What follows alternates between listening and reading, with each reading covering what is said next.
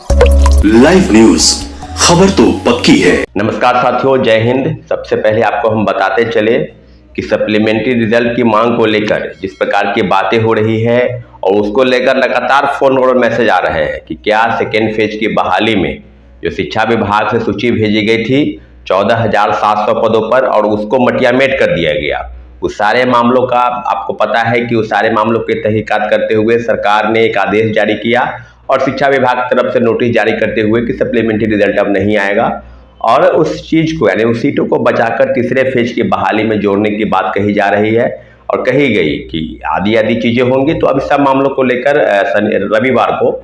यानी परसों एक बैठक बुलाने जा रहे हैं। सप्लीमेंट्री रिजल्ट की मांग को लेकर जितने भी शिक्षक अभ्यर्थी हैं जो मेरी बातों को सुन रहे हैं, गांधी मैदान गांधी मूर्ति के पास सप्लीमेंट्री रिजल्ट की मांग को लेकर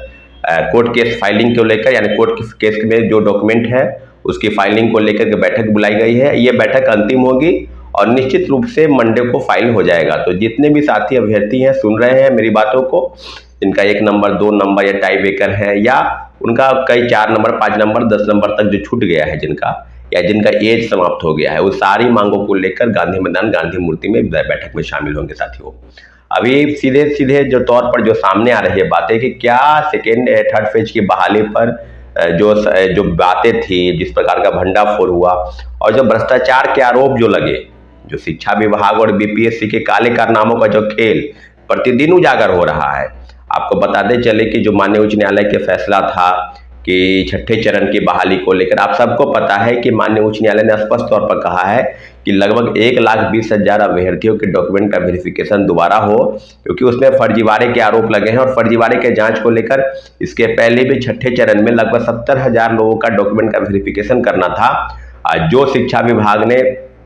माननीय उच्च न्यायालय में बताया कि उसका फोल्डर गायब हो गया है, फाइलें जल गई है। आपको याद होगा कि शिक्षा विभाग में एक बहुत बड़ा कांड हुआ था, आग लग गई थी और आग लगने के कारण जो है सो कई विभाग के फाइल जल गए थे, उसमें शिक्षा विभाग की भी फाइल जल गई थी। तो अब जो बातें ये हैं कि क्या शिक्षा विभाग और बीपीएससी की जो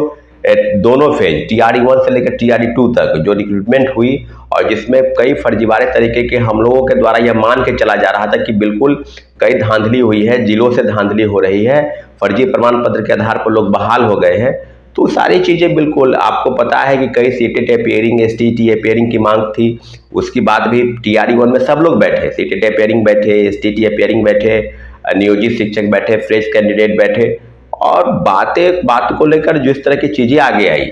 तो बिल्कुल स्पष्ट तौर पर यह मान के चलिए कि आपके द्वारा जितनी भी चीज़ें अपनाई गई TRE 1 से लेकर TRE 2 तक, उस सब में कहीं ना कहीं दाल में काला था। पूर्व चेयरमैन BPSC अतुल प्रसाद और शिक्षा विभाग के अपर मुख्य सचिव के पाठक, इन दोनों की जो कार्यशैली है काम करने की, वो छात्रों अभ्यर्थियों को गुमराह करके डराना धमकाना, उनके खिलाफ कार्रवाई करना और जो बोले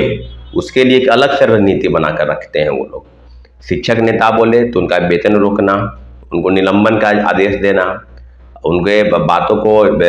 जो अभ्यर्थी बोले या छात्र बोले जिनकी ग्रीवांसेस है कुछ समस्या को लेकर उन पर दीवार कर देना, प्रतिबंधित करना अगली परीक्षाओं में बैठने के लिए।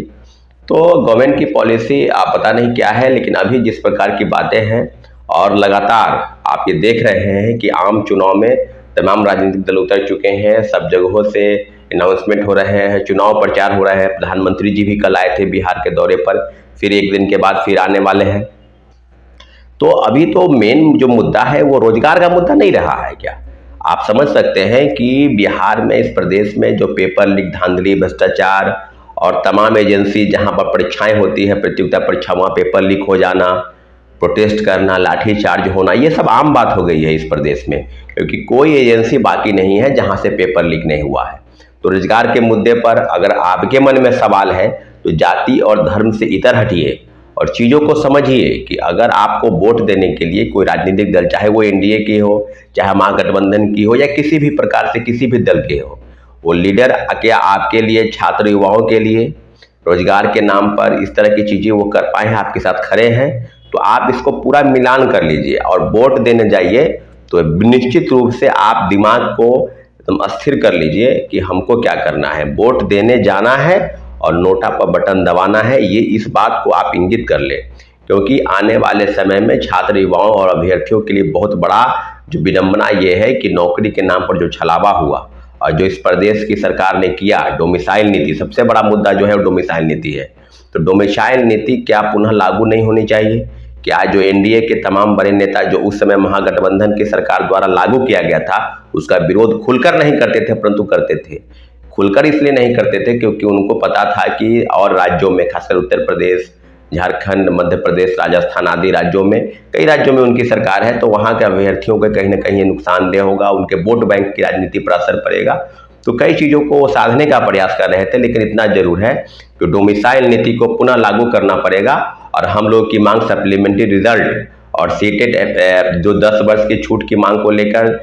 तीसरे फेज की बहाली में उन लोगों को बैठने का मौका नहीं दिया गया, इन सब मांगों को लेकर लगातार आंदोलन चल रहे हैं और उसको कहीं ना कहीं एक सिर से खारिज कर देना कि अब नहीं होगा, आगे क्या होगा। लेकिन इतना जरूर है कि हम लोग की मांग बिल्कुल जायज़ है, आपको उम्र में छूट देनी होगी और जो मांग है सप्लीमेंट्री रिजल्ट वो TRE 2 में 14,700 पदों की, उस सब पद पर आपको पूरक परिणाम जारी करने पड़ेंगे। अगर आप जारी नहीं करते हैं तो यह मान के अब हम चले कि सरकार की गंभीरता बिल्कुल वोट बैंक की राजनीति पर है और निश्चित रूप से ये बात आपको भी पता है कि किस तरह की चीज़ें घूम के प्रभावित होती है। तो आने वाले समय में सब युवा बढ़ चढ़ कर हिस्सा लें और आम चुनाव में तमाम जगहों पर वोट जो करें, क्योंकि आपको एक सर्वे पता चलेगा, कई जिलों की सूची आई है, दैनिक जागरण में खबर भी छपा है, आप उसको थोड़ा देख लेंगे कि नोटा की संख्या जो है वो बढ़ेगी। तो बढ़ने के लिए युवाओं की भूमिका, और इस युवाओं की भूमिका बहुत महत्वपूर्ण है साथियों। इसलिए बिल्कुल जाति और धर्म से ऊपर उठकर आप बस नोटा में बटन दबाइए, पूरा दृढ़ संकल्पित हो जाइए कि हमें इस आम चुनाव में सरकार को सबक सिखानी है। लाइव न्यूज, खबर तो पक्की है।